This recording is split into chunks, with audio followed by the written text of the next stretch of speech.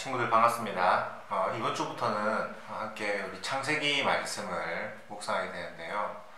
우리가 7월 8월에 봤던 이사야서보다는 여러분들이 묵상을 하고 또 여러분 삶에 적용하기가 훨씬 나을 것 같다는 생각이 듭니다. 그래서 여러분들이 많이 힘들겠지만 계속해서 큐티를 꾸준히 하면 좋을 것 같아요.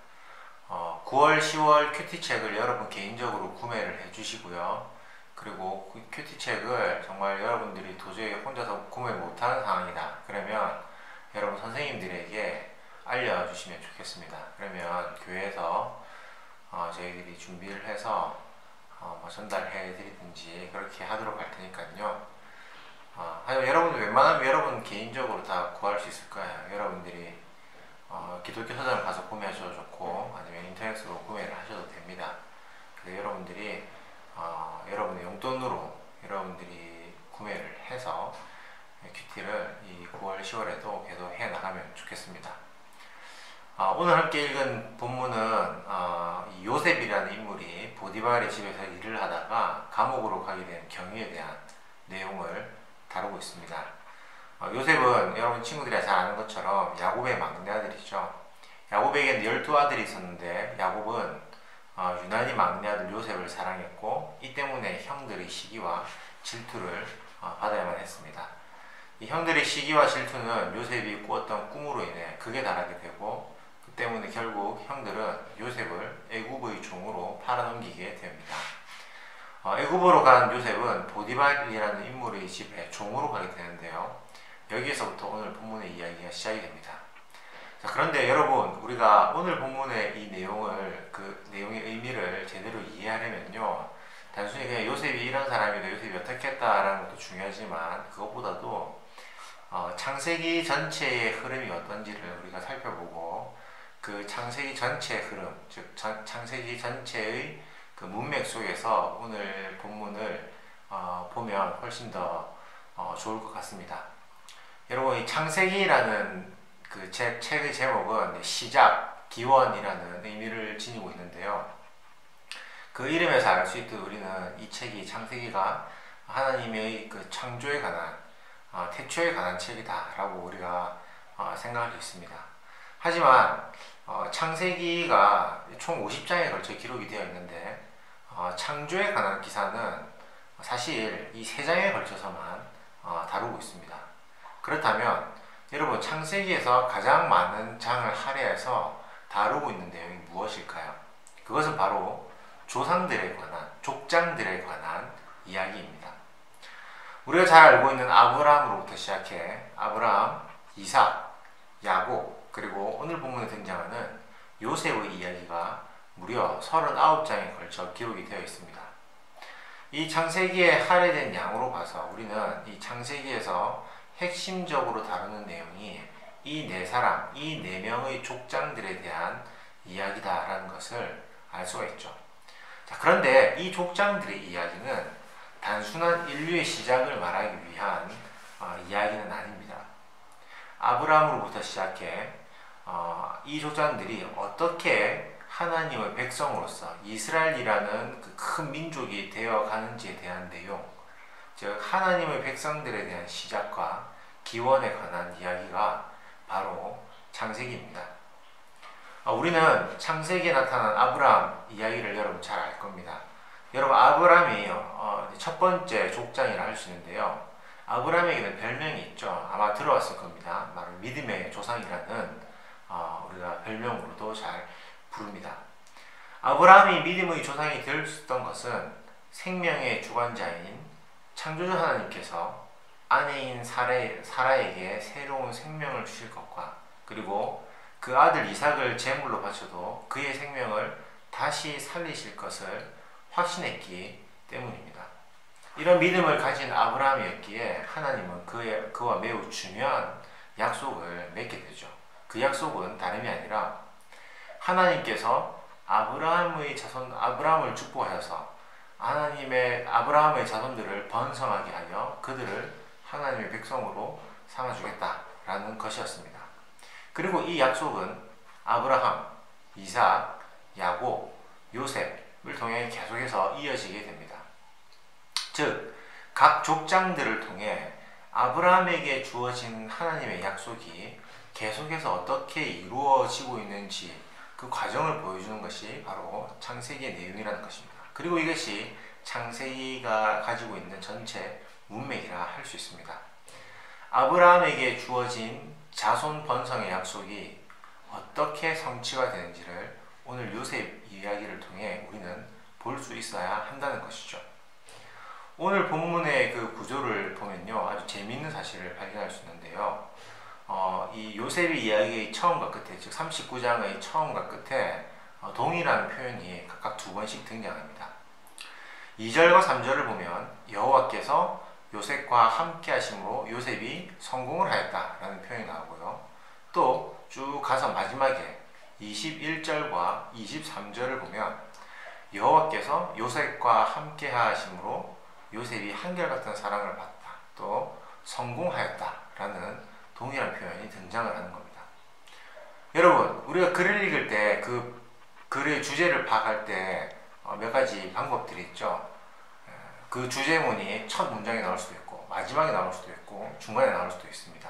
그런데 오늘 본문에서는 조금 수미상관법이라 해서 앞뒤로 처음과 끝에 똑같은 내용을 담아둠으로써 이 이야기의 주제가 바로 이 처음과 끝에 나타난 이 2가지 공통된 내용으로 표현된다라는 것을 우리가 확인할 수가 있습니다. 즉 오늘 본문에서 우리가 이 39장의 내용을 쭉 읽었지만 또 그 가운데 여러 가지 보디발의 아내의 사건 이런 것들이 나오지만 오늘 이 39장의 핵심 주제가 바로 여호와께서 요셉과 함께함으로 그가 성공을 했다라는 사실을 우리는 발견할 수 있다는 겁니다. 그러면 아까 말씀드린 창세기 전체의 문맥을 우리가 생각하면 이렇게 이해할 수가 있겠죠. 하나님께서 아브라함에게 주신 약속을 이루어 가시기 위해 하나님은 요셉과도 함께 하셨고 그리고 그에게 성공을 허락해 주셨다라는 겁니다. 즉 하나님의 백성이라는 민족을 이스라엘 공동체라는 이 민족을 만들기 위해 요셉이 어떤 어려운 상황 가운데 있더라도 하나님께서 그와 함께 하셔서 그 어려운 상황들을 헤쳐나갈 수 있도록 하나님께서 인도해 주시고 보호해 주시고 도와주셨다라는 것입니다. 저와 여러분은 이 사실을 믿음으로 받아들일 수 있어야 합니다. 하나님은 하나님의 백성들이 어려움이 있을 때 반드시 함께 하십니다. 왜냐하면 그것이 하나님께서 하나님의 백성들에게 주신 약속이기 때문이죠. 자, 그렇다면 오늘 본문의 이야기를 여러분 한번 살펴볼까요? 이 보디발은 애굽의 왕 바로의 신하이며 동시에 또 친위 대장이었습니다. 그의 집에 종으로 간 요셉은 하나님의 함께 하심으로 성공적인 종살이를 합니다. 탁월하게 가정의 일을 해낸 요셉은 보디발의 절대적인 신임을 얻어 가정의 모든 일을 책임지게 되죠. 그런데 그런 요셉에게 또 한 번의 위기가 찾아오게 됩니다. 그것은 보디발의 아내가 그에게 유혹을 했다는 것입니다. 보디발의 아내는 외적으로나 내적으로나 굉장한 매력을 가진 요셉을 흠모하게 되고 그에게 성적인 유혹을 하게 됩니다. 그런데 이러한 유혹을 요셉은 과감하게 물리칩니다. 하지만 보디발의 아내는 보디발에게 요셉이 자신을 강간하려 했다며 요셉을 오히려 모함합니다.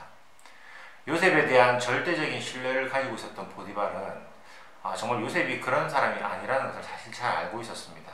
하지만 그렇다고 자기 아내의 말을 무시하고 그냥 도외시한다면 그것 또한 가정의 평화를 깨트릴 수 있었기 때문에 보디발은 고민을 하게 되죠. 어떻게 해야 할지.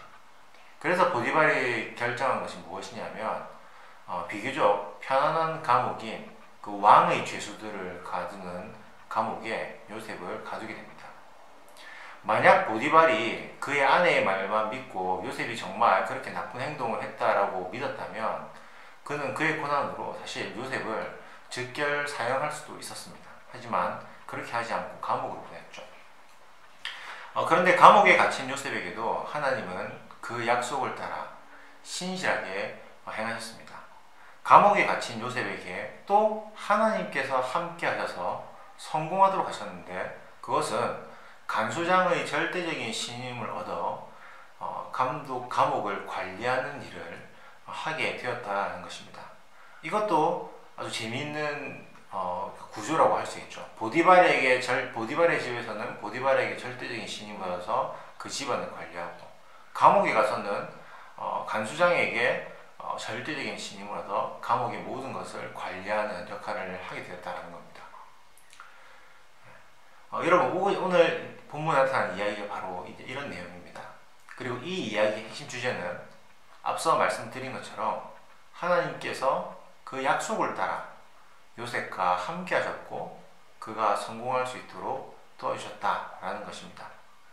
저와 여러분은 이러한 이야기를 통해 하나님이 자기 백성들에게, 즉 하나님을 믿는 백성들에게 어떤 방식으로 역사하시고 또 하나님의 백성들을 어떻게 지켜주시는지를 발견하고 배울 수가 있습니다. 여러분, 하나님은 하나님의 백성들과 늘 함께 하시면서 그들이 성공적인 삶을 살 수 있도록 인도해 주십니다. 그런데 여기에서 말하는 성공, 여러분 이 포인트 중요합니다. 여기에서 말하는 성공은 세상이 흔히 말하는 성공, 여러분들이 생각하는 그런 성공이 아닙니다. 우리가 오늘 본문을 통해서도 알 수 있는 것처럼 요셉에게 주어졌던 성공은 그가 처한 어려움 속에서 하나님의 약속을 따라 하나님의 인도와 보호를 받았다라는 것입니다. 물론 여기에는 요셉이 가진 성실함과 또 지혜도 담겨져 있죠. 하지만 중요한 것은 하나님의 강권적인 도우심으로 요셉이 어려운 상황을 극복하게 되었고 또 그의 자손들이 계속 번성할 수 있도록 하나님의 인도와 보호를 받았다라는 것입니다. 따라서 저와 여러분은 이렇게 이 본문을 우리의 삶에 적용할 수 있겠습니다. 어떻게 적용할 수 있을까요? 여러분 삶에도 어려운 문제들이 있죠.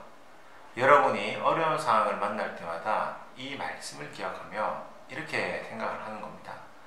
나도 하나님의 택함을 받은 하나님의 자녀니 하나님은 나와도 함께 하실 거야. 내가 어떤 어려움에 있더라도 하나님은 나와 함께 하시는 분이야. 그것이 하나님의 약속이니까. 그리고 나와 함께 하시는 하나님은 내가 지금 이 어려운 상황을 잘 이겨나갈 수 있도록 나를 인도해 주시고 또 나에게 지혜를 주시고 나를 도와주실 거야 라는 사실을 어려울 때마다 여러분들이 기억하는 것입니다. 여러분의 삶에는 어떤 어려움들이 있습니까? 여러분들이 처한 어려움은 어떤 종류의 어려움입니까? 여러분이 만나는 어려움들이 어떤 것이든 간에 어떤 종류이든 간에 분명한 사실은 그 상황 속에서도 하나님은 여러분들과 함께 하신다라는 겁니다.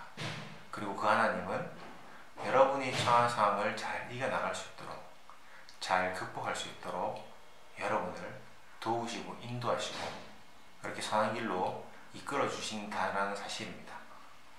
저와 여러분에게는 이 사실에 대한 분명한 믿음이 필요합니다. 여러분, 이러한 믿음을 가지고 어려움을 대처하는 것과 아무 생각 없이 그냥 어려움을 대처하는 것에는 매우 큰 차이가 있습니다. 여러분, 어려운 상황 속에서도 하나님이 나와 함께 하신다라는 것을 믿고 그분이 나를 이끌어 주실 거야 라는 것을 믿는 것은요, 마치 우리가 명확하게 그 경로가 적힌 지도를 가지고 미로를 헤쳐나가는 것 같은 겁니다. 비록 현재의 상황이 어렵지만 하나님의 인도하심을 받으며 차근차근 문제를 해결해 나갈 수 있는 것입니다. 하지만 그러한 믿음이 없다면 당연히 우리가 하나님의 함께 하심을 느끼지 못할 것이고 또 그 속에서 우리는 아무런 결과를 모르는 그 상황 가운데 가지게 될 불안 그리고 그 불확실로부터 오는 두려움이 우리를 더욱더 힘들게 하고 더욱더 지치게 할 것입니다. 그렇기 때문에 하나님은 우리와 함께 하시고 우리를 어려운 상황으로부터 선한 길로 인도하신다라는 사실을 믿는 것이 매우 중요하다는 것이죠. 저는 우리 고등부 친구들이 이 믿음을 가지고 하루하루 살아갈 수 있기를 소망합니다. 여러분은 여러분 스스로를 어떤 존재로 나는 어떤 사람이야 라고 생각하는지 저는 잘 몰라요. 나는 목사님 저는 의지가 약하고 저는 뭐 어려움을 극복할 만한 멘탈이 있지 않아요. 저는 완전 유리 멘탈입니다. 라고 말할 수 있을지도 모르겠습니다. 하지만 여러분, 우리의 상태, 우리의 어떠함과는 상관없이 여러분은 하나님의 자녀입니다. 하나님의 백성이에요. 그리고 하나님은 여러분 모두를 향한 구원의 계획을 가지고 계십니다. 그렇기 때문에 여러분이 어떤 어려움을 만난다 할지라도 하나님은 늘 여러분과 함께 하십니다. 늘 함께 하시면서 여러분들이 어려운 상황들을 잘 이겨나가고 극복해 나갈 수 있도록 도우시고 인도해 주시는 분이십니다. 나는 약할지 모르나 나와 함께 하시는 하나님은 강한 분이십니다. 여러분, 어려운 상황을 만날 때마다 이 사실을 늘 마음에 새기며 믿음으로 여러분의 그 어려운 삶을 매일매일 헤쳐나갈 수 있기를, 그렇게 믿음으로 승리하는 삶을 살아갈 수 있기를 주님의 이름으로 축복합니다.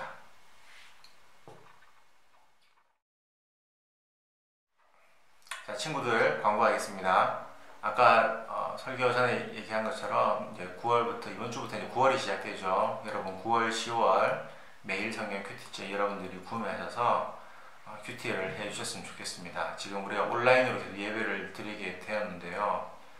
여러분들이 이런 시간이 여러분 스스로에게 훈련의 시간이 되어야 됩니다. 이런 상황에서 여러분들이 신앙을 지키지 못하면요, 여러분 나중에 여러분 더 커서 어른이 되면 여러분 신앙